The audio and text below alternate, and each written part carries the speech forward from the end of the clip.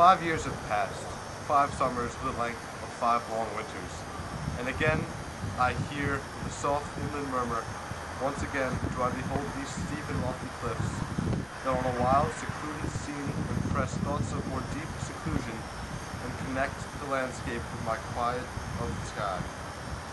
The day has come when I again repose here, under this dark sycamore, and view these plots of cottage ground, these orchard tufts, which at this season, with their unripe fruits, are clad in one green hue, and lose themselves amid groves and copses. Once again I see these hedgerows, hardly hedgerows, little lines of sportive wood run wild, these pastoral farms, green to the very door, and wreaths of smoke sent up in silence from among these trees.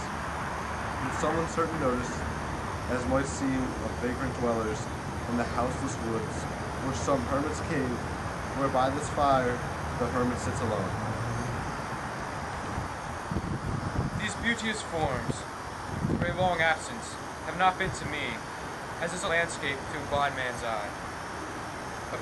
But oft, in lonely rooms, and mid the din of towns and cities, I've owed to them, felt in the blood, and felt along the heart, and passing even into my purer mind, with tranquil restoration. Feelings, too, of unremembered pleasure, such, perhaps, as have no slight or trivial influence on that best portion of a good man's life. His little, nameless, unremembered acts of kindness and of love. Nor less, I trust, to them I may have owed another gift, of aspect more sublime, that blessed mood, in which the burthen of the mystery, in which the heavy and the weary weight of all this unintelligible world is lighted, that serene and blessed mood, in which the affections gently lead us on, until the breath of the corporeal frame, and even the motion of our human blood, almost suspended, we are laid asleep, in body, and become a living soul.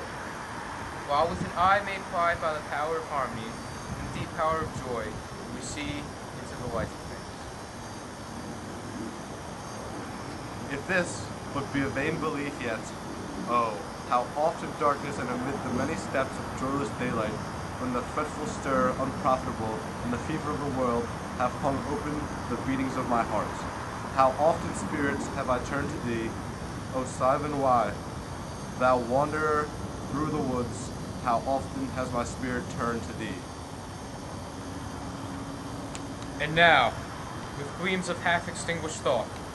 with many recognitions dim and faint, and somewhat of a sad perplexity, the picture of the mind revives again, while here I stand, not only with the sense of present pleasure,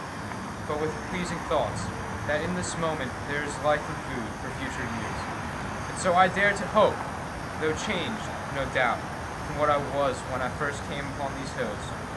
when like a roe I bounded over the mountains, by the sides of the deep rivers and the lonely streams, wherever nature led,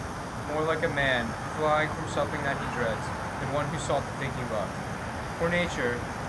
then, the coarser pleasures of my boyish days, and their glad animal movements all gone by. To me,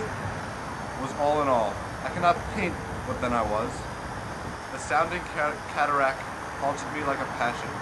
The tall rock, the mountain, and the deep and gloomy wood.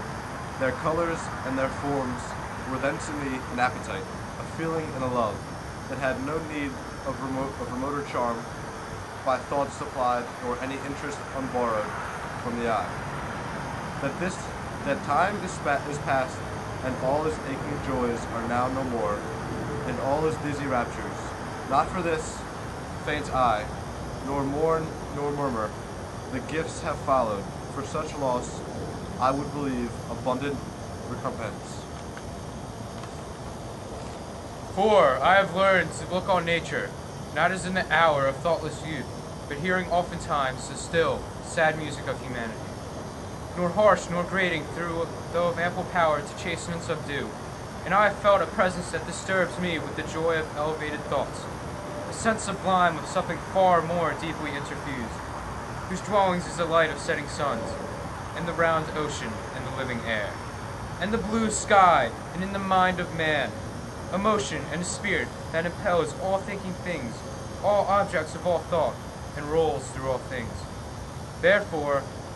am I still a lover of the meadows and the woods and the mountains, and of all that we behold from this green earth, of all the mighty world, of eye and ear, both what they have created, and what perceive, well pleased to recognize in nature the language of the sense, the anchor of my purest thoughts, the nurse, the guide, the guardian of my heart and soul, and of all my moral being. Nor perchance, if I were not thus taught, should I the more suffer my genial spirits to decay. For thou art with me here upon the banks of this fair river, thou my dearest friend, my dear, dear friend, and in thy voice I catch the language of my heart, of my former heart, and read my former pleasures in the shooting lights of thy wild eyes. Oh, yet a little while may I behold in thee what I was once, my dear, my sister. And this prayer I make, knowing that nature never did betray the hearts of that loved her. 'Tis her privilege, through all the years of this our life, to lead from joy to joy, for she can so inform the mind that is within us, so impress with quietness and beauty, and so feed with